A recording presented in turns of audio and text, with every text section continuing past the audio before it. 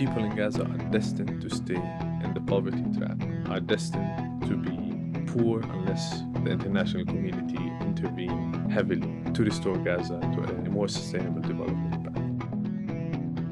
Hello, this is the Weekly Tradecast, a podcast brought to you by UNCTAD, the UN's trade and development body. I'm Sarah Toms. We're exploring how major events are shaping trade and development and how that affects billions of people around the world. This week, we're looking at the impact of the Israel-Gaza war on the Palestinian economy. Since the deadly assault by Hamas militants on October the 7th, Israel's military response has killed thousands of Palestinians in Gaza and displaced most of the 2.3 million people in the tiny enclave. With so much damaged or destroyed, UNCTAD says in a new report that rebuilding Gaza will take a concerted international effort and many billions of dollars. That recovery will be all the more difficult given the already dire state of the economy from Israel's decades-long blockade. Last year, with the impact of 3 months of war, UNCTAD says the unemployment rate in Gaza was nearly 80%. The poverty rate was 96%. When the war ends and investment is needed, recovery priorities for Gaza's economy include supporting the workforce, restoring the airport, building a seaport, and developing natural gas fields. Joining me now to learn more is UNCTAD's Rami Alazzeh, who specialises in conflict and development economics. Rami studied in Lebanon, the UK and Switzerland and is interested in Middle East politics. He likes reading, taking long walks, stand-up comedy and listening to music. Well, welcome to the show today, Rami. Well, thank you, Sarah. To give us some context, what was the state of Gaza's economy before the current conflict? I think it's important to start from what the SG of the United Nations said in the Security Council briefing, that what happened on the 7th of October did not come from vacuum. Palestinians have been under occupation for 56 years. They saw their land being enclaved by settlements. They lived through many hard periods during the 56 years. Gaza has been under blockade since 2007, where people are virtually locked in, no way out, no way in. And on top of that, it went through 6 military operations, which caused thousands of death and destruction. And more is basically, in terms of economics, it destroyed the economic base in Gaza. If we look at Gaza just before the current crisis, if you're a Gazan, you have a probability of 45% to be unemployed. You had a probability of 65% to be poor. You had a probability of 41% to stop looking for a job because there are no jobs. You live in extreme socioeconomic conditions, no access to electricity, no access to adequate clean water services, and you're not allowed to leave. To summarize, Gaza's economy since 2007 registered the worst economic performance in the world. Gaza's economy in 16 years grew by 1%. Its GDP per capita shrank by 27%. People got much poorer. They had no jobs. They had no access to basic services. And they basically lost hope for a better future just before the current crisis. So this is how bad things were before everything erupted on October 7th. And so, Rami, how has that now changed since the conflict erupted last year? In the latest UNCTAD's research, we tried to first show the amount of the unprecedented destruction in Gaza. The amount of destruction is more than double what was destroyed in the past 6 military operations, and that's just up to the end of 2023. The death toll is more than 4 times the death toll of the 16-year blockade and the 6 military operations. The civilian infrastructure was damaged to the extent where development is impossible now in Gaza. If you look at from a broader perspective, Gaza currently is uninhabitable for people living there. The blockade turned into a complete siege. In a new analysis for UNCTAD that just came out, we tried to look at the impact of this military operations from four angles. The first is how the economy in Gaza by the end of 2023 look like. The second, we look at using satellite data and nightlight luminosity from satellites on the immediate impact on economic activity and household welfare in Gaza by the end of 2023. And then we look at the time for the economy in Gaza to recover. And then finally, we looked at the medium term outlook. And each of them, we have a takeaway from them for policymakers, for international community, and for Palestinians and Israelis. So starting by the outlook of Gaza in 2023, Gaza lost quarter of its GDP just from the last 3 months of the year, lost compared to 2022. GDP per capita or loss is estimated at 26%, which is equivalent to the loss of GDP per capita in 16 years of blockade and 6 military operations.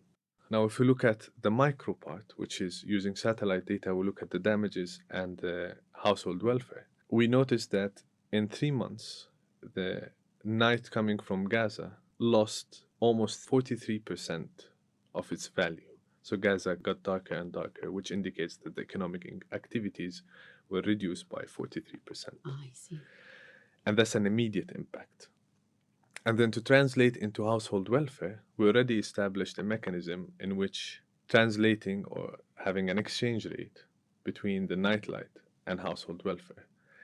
And the result was that a loss of 1% of nightlight corresponds to 1.18% loss in household income. Looking at the medium term, unless there is a full recovery, people in Gaza are destined to stay in the poverty trap, are destined to be poor unless the international community intervene heavily to restore Gaza to a more sustainable development path. Now, the crucial part in all of the analysis is that even with the most optimistic scenario that Gaza can grow by 10% annually, it will take Gaza until 2028 to just go back to where it was, to GDP per capita to go to where it was in 2022. It will take until 2035 for Gaza GDP per capita to go back to where it was in 2006, and it will take an additional 2 years after that for it to go back to its peak of 2005. Living in Gaza now means that you're almost 100% sure you're poor. You're 80% sure probability that you're unemployed, you won't have a job. You have no access to water, to food, to electricity, to sewage, to sanitation, to adequate healthcare, because 75% of the health facilities were destroyed. And for the half of the population in Gaza, which are children, there are no access to education. So what do you say are the most basic and essential elements for Gaza's economic recovery then? What areas need the most immediate attention? Education for one, as you mentioned.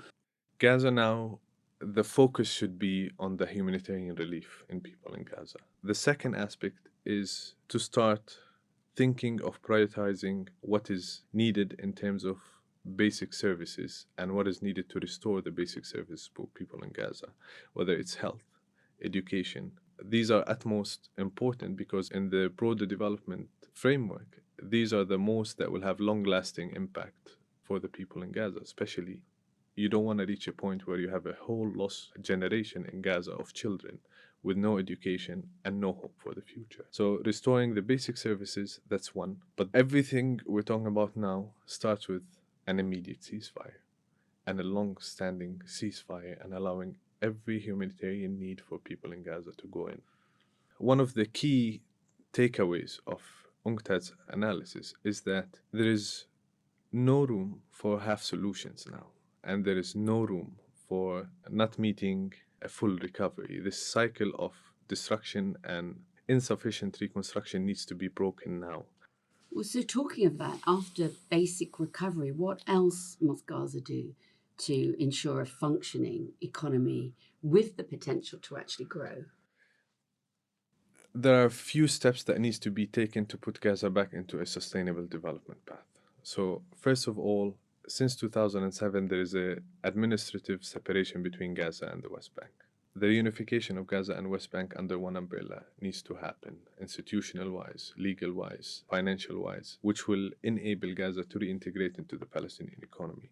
In the past 17 years, Gaza lost more than half of its share in the Palestinian economy because the economy was not growing. And after that, donors needs to stay the course, restore or reverse the declining trends of foreign aid to the Palestinian government in order to rebuild the Palestinian institutions in Gaza, because without strong institutions, the recovery or a full recovery of Gaza would be very hard. And in pragmatic or practical terms, the flow of public investment at the beginning to restore basic services, institutions, infrastructure, electricity, water, all the essential infrastructure for the economy to develop needs to be in place for the private sector to start actually engaging more in the economy and investment to flow back into Gaza. And for a strong recovery of Gaza, you need a very strong growth rate. And that can only come from investment, from restoring basic services,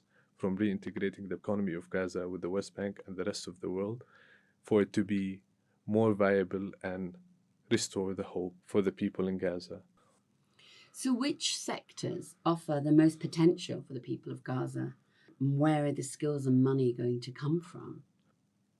Part of the analysis we did in the latest assessment of UNCTAD is that all of the economic activity measured by satellite data is grounded to a halt across all productive sectors. So there is a huge potential there, given that all the sectors of the economy is destroyed, to rebuild and to rebuild back better for the people in Gaza. And the money should first come from the international community and through public investment in the infrastructure to revive the basic infrastructure for the economic and productive base to be functional again. And after that, from the private sector and through FDI as well. There are, though, some areas for investment and optimism, right, Rami? Palestinians are one of the highest population with PhDs per capita in the world.